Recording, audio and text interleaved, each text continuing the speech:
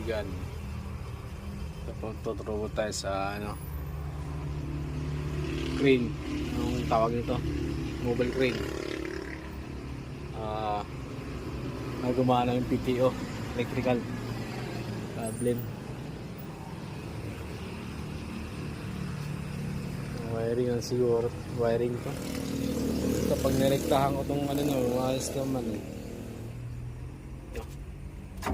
yung relay nya, relay switch dito. Pag nirekta mo to, magana tulad dun sa likod.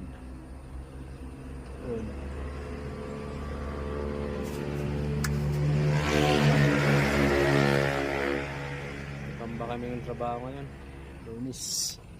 Okay lang yan.